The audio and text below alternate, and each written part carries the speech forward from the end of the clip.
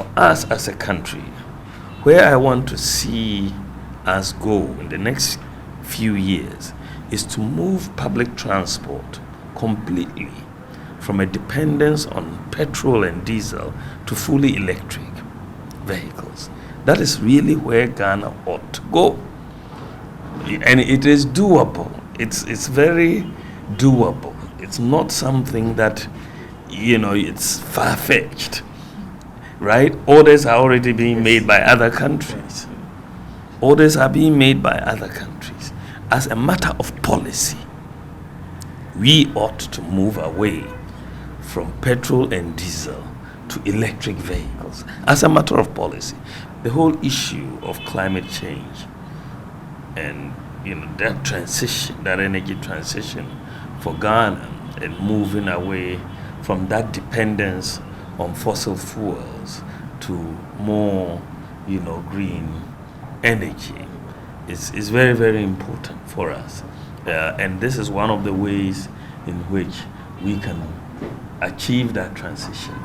Because as you know, we spend a lot on fossil fuels.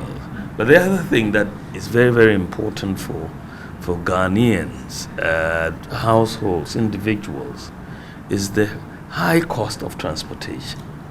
If you look at the cost of transport in Ghana, there are two elements that dominate that pricing formula for transport. One is fuel, the other is spare parts. Isn't it? Yes. Those are the two elements that dominate the cost of transport: fuel and spare parts. Now, with what you're doing with electric vehicles, generally, the fuel cost really becomes very minimal. Yeah. And then because of the nature of the engines for electric vehicles, they don't have high maintenance. It's very low maintenance, very, very low maintenance. So with these two elements, you will reduce the cost of transport very significantly.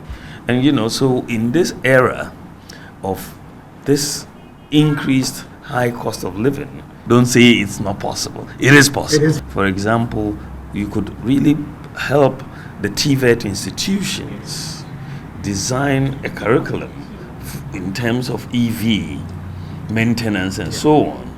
Because as we move and see more adoption of EVs, you'll need more people who can maintain. We, as a country, really have to believe that it is possible to leapfrog many of the advanced countries in the area of technology.